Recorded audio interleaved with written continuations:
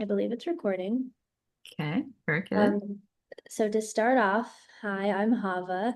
I'm a master's student right now, studying climate change, and I'm also a member of the Climate Mental Health Network Gen Z cohort of 2025.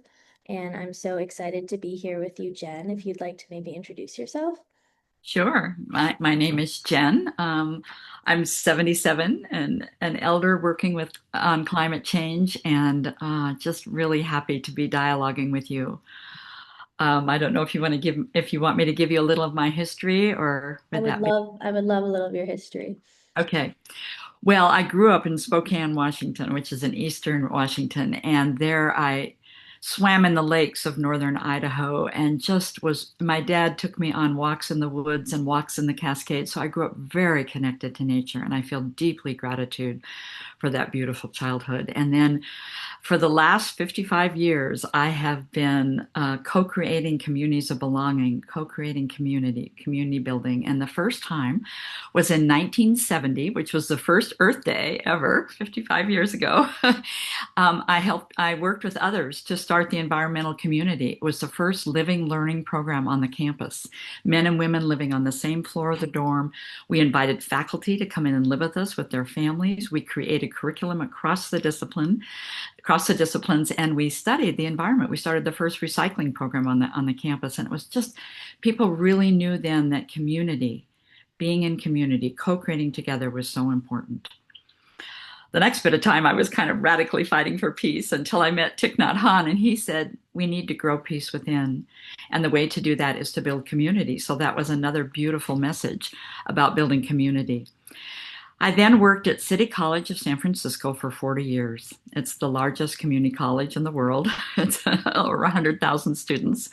And there I was Dean of Student Activities for quite a while, and I worked with youth to really create community, to increase the clubs from 30 to 60 clubs on campus, to develop a family resource center where kids who were students who were parents could bring their kids and their kids would be taken care of while they studied. And it was just beautiful. We started the Women's Resource Center. And then I taught Women Leaders at Work, which is the first 18-week women's leadership course as well. And there I had us sit in circle and we learned from each other how to build women's leadership, how to work with collaborative leadership. So that was just really, really important. So, and then I worked also on the campus too. I was an administrator, a dean, and so I worked with faculty, I worked with staff, and I worked with students equally. We shared the leadership together as we built the first sexual harassment-free campus teach-in and how we built the Women's Resource Center. And it was just really together, working together was so, so important at that time. However, it was a lot of responsibility. So I decided to hike the John Muir Trail, known by the indigenous as the People's Trail, from Yosemite Valley to Mount Whitney, 280 miles solo in my 50s. But I did it to really ground myself with Mother Earth and with nature and with the wild so that I could come back to City College grounded and nourished. And it was just really beautiful. The other thing I did during that time is I organized a group of women to fly into the Arctic National Wildlife Refuge and backpack there for 3 weeks. And what I learned there is, the administrators, the legislators from Washington, D.C., they'd come and fly over and say, there's no life here at Arctic National Wildlife Refuge. Let's just, go for fossil fuels. Let's dig real oil wells, et cetera. And I walked on the Arctic National Wildlife and I walked amongst the tussocks, these small little hills, and they had so much life in them. They had plants, they had animals, they had birds, they had butterflies and bugs. You didn't see them from the plane, but you could see them when you were up close and it was alive. And then, of course, hundreds of birds, create family there. And the caribou many caribou are walking along the land. So it's an amazing place to visit. So that really not only nourished me, but really taught me about the importance of being close to Mother Earth, of really seeing all her beings. So I also at that time took my great nieces and nephews and adopted great nieces and nephews on their first backpack trip. I love bringing kids into the wild, teaching them about nature, etc. So that was wonderful. And then currently, just to be brief, and we can get into really dialoguing with each other, I'm working with Fossil Free California. as a retiree, Fossil Free California is about divesting our pensions from fossil fuels, both as community college instructors, public school instructors, and public personnel. But I learned about Fossil Free California, not from my union, not from other faculty. I learned about it from Youth versus Apocalypse. They had a demonstration in downtown San Francisco. I went to it and they told me about Fossil Free California. So I was really, really thankful for that. And so in Fossil Free California, we work as elders who are trying to divest our pensions with youth who are really wanting their teachers to say no to fossil fuels. Make sure your pension is not invested here. So we go up to Sacramento and we go to different places and we protest together. We talk together. We stand up to the speaker together and we say no to fossil fuels, divest. And so we're just been working now on Make Polluters Pay for all of the damage they've done to communities of color and working class communities from all the different fossil fuel industry in here in California. So I'm feeling just very, very blessed to have worked as a youth with administrators on building the environmental community and now as an elder to work with youth. Amazing. That was probably one of the greatest introductions I've ever heard. That I have a gazillion questions for you. I don't even know where to start. You brought up so many interesting anecdotes. I guess it sounds like you've been doing community organizing for a very long time, and it's sort of been central to your work, not just in climate, but in sort of all aspects of your life. Um, what do you think is important about community organizing, and how do you think that helps with a cause like climate activism, especially one that is so emotional and can be frustrating? And what has been beneficial for you for working with people on causes like that? I think it's critical. I think we can't work alone. We need to work with others, but we need to trust others. We need to build a sense of trust through community building and not top down leadership. We don't need that anymore. We need to co create together and collaborate together. Have communication agreements. We need to name what's happening, like, oh, I see there's a difference right now in our circle. How can we address it together? And how do we go out together and how do we really go out and do the work that's necessary? I don't ever like to going to a demonstration or some kind of activist involvement without another person so that I can collectivize with them, so that I can feel that that we have each other, and in terms of safety, but also just in terms of being able to reflect afterwards. What went well? What didn't go well? What would we do differently next time?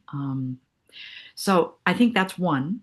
I think the other thing is I walk two times in nature every day, at least an hour and a half every day in nature, communicating with trees. Really, I walk through two trees and they're kind of both and. How can I increase my both and thinking walking through two redwoods? I teach Tai Chi, mindful movement, amongst the redwoods at our local park so that people can be there. And so I think being in nature and being in community are just critical to being really effective climate activists today. Absolutely. Do you feel like your perspective as an activist has shifted at all from being a younger activist and starting out to being older and having experience in activism? I don't think so. I think I have learned to name what's happening. I mentioned that. Name what's happening. Okay, there seems to be some tension here. What can we do? How can we to really name it? Because we often don't name things. So that has become more apparent to me. Um, I also think just being open to learn. I have as much to learn from you as you have to learn from me. How do we both go forward in this time? And I'm wondering how you keep your spirit going. How do you look forward and really keep going with your study of climate change or whatever political activism you're in? And just it's like we can learn from each other what keeps us going. Yeah. Um, I mean, for me, it's been interesting this year because I've been in this 1 year grad program, and I think last year when I was sort of figuring out which direction I wanted my career and studies to go in, was feeling my climate anxiety very heightened way, and I wouldn't say that it's gone away at all, but I would say that I'm now in a program where everyone around me is focused on climate change, and I think that has given me a new community I didn't even really know I needed. Mm, And has been so wonderful. And it's great because it's so interdisciplinary. I know I have friends who are more interested in disaster recovery or in sustainable finance or in all sorts of different ways that this problem needs to be addressed. You know, I can't do all of them and none of us can do all of them. And so to know people who are tackling it from all different perspectives and methods has been really inspiring for me. I think the other thing that I do is I engage with it when I can and when I should. And then I also take a lot of breaks. And I do that by, I mean, it gets harder and harder as climate change sort of becomes more daily news. But I try to watch a lot of like funny TV shows and read books that have nothing to do with what I'm studying and listen to a lot of music and just mm, find joy in the things that have always brought me joy and continue to bring me joy and then I have so much more energy to come back to beautiful. and perspective to come back with to my climate work. Mhm. I think what's common for both of us is that we do what gives us joy and what gives us connection in order to come back and do the very difficult work that we're involved in. Yeah. Right. Um again, I have so many questions.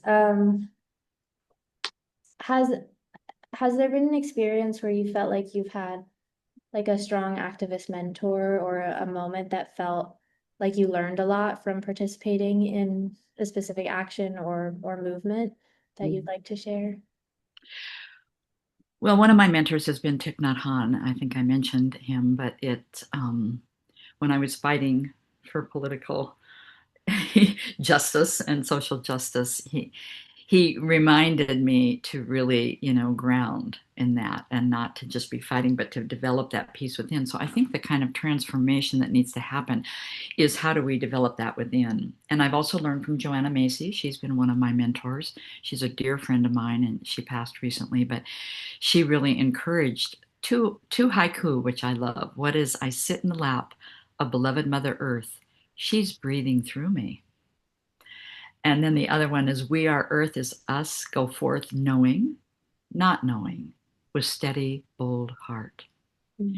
And that knowing and not knowing, I think, is so important because we don't know how it's going to end up. But I do feel that if we can learn from Mother Nature, and I'm learning from more and more Indigenous recently about we need to be connected to Mother Nature. There's so much human focus. Oh, we're all human beings, blah, blah, blah, blah, all this human stuff. But when do we talk about being one with the trees and the mountains and the minerals and the water and the air and the oceans and the ocean waves? And what do we learn? I learned from ocean waves about being one with the whole, and the whole is within. Each wave is part of the ocean, and the ocean is in each wave. So we're part of the whole of Mother Earth, of the universe. And we can bring that sense of grounding, that sense of spaciousness to our work. You mentioned the work you're doing now, a lot of it has been informed actually from hearing from the youth. And um, I'm wondering if you can expand a bit more on what you feel like you learned from the younger generation, especially in working together as activists, and also what you think that we can learn from your generation. Well, one of the things I learned when we went to Sacramento to talk in front of all the legislators, or we went to the CalSTRS board and said, "Board, why aren't you divesting?" is youth would just get up there and be fully embodied with anger, with joy, with all of it, just saying, "Please, please do this," and they'd act it out, and they just do really creative things. I just felt so moved by that, because I think when we get older, we get like a little more like, how do we look and what's going to be thought of us and all this. Whereas youth just have a sense of, here we are, this is what we're doing. I also feel like we went to a Bay Area Youth Climate Summit with high school youth from San Francisco, and they had a wonderful gathering on Earth Day, and different tables came together. And how do we learn what different people are doing? That it's not just one way, that there are many ways to be involved in this, and to respect the different ways, and to learn from each other, and to not be one better than another, but we're all in this together. So I'm learning that a lot from youth. I just think there's not so much status involved. There's not, it's life, it's our lives are at stake, our futures are at stake, and we're here together to work with Mother Earth to make sure that we can continue to live here. Yeah. Yeah. We are almost out of time. Well, it's been a joy. Like, what keeps you grounded? What keeps you going? Or like, do you spend much time in nature, or how do you bring Mother Earth into all of it with you? Mm. So I've born and raised in New York City, and I live here again now. And so I do spend time in nature, but it's maybe a little different than a lot of people, how a lot of people do that. But I've been lucky to live across the street from a park, as we talked about, and Yes. um, I am able to see the Hudson River all the time, and so I feel very grounded, even in New York, by nature. I feel like it's always been like a landmark and a representation of my life here is sort of marking that through the natural elements and the parts of nature that I am close to. So yeah, I actually do spend a lot of time in nature, and especially in the summer. I grew up going to summer camp, and I'm so lucky for that experience. And then also couldn't leave summer camp for a long time as a young adult as well. So I do. As I mentioned before we started recording, we have crazy floods or crazy rain happening and likely turning into floods here. And so I think as much as I love being in New York, it also when these things happen, as scary as they also sort of are a reminder that we are just in nature and nature is powerful and going to um keep being here and being a part of our lives even as we sort of build on top of it. And so that actually is it's complicated to hold those emotions, especially related to maybe unfortunate climate events, but there's some sort of grounding in that as well. Oh, I'm glad to hear that. May it continue for you. May you be grounded with Mother Earth. Thank And may you. you go forth knowing, not knowing, with steady, bold hearts. Yeah. Thank you so much. It's been so wonderful to talk to you. I have already learned so much and just feel so inspired. So thank you again for taking the time. Oh, absolutely. And I feel inspired by you. May we work together. Thank you. You will.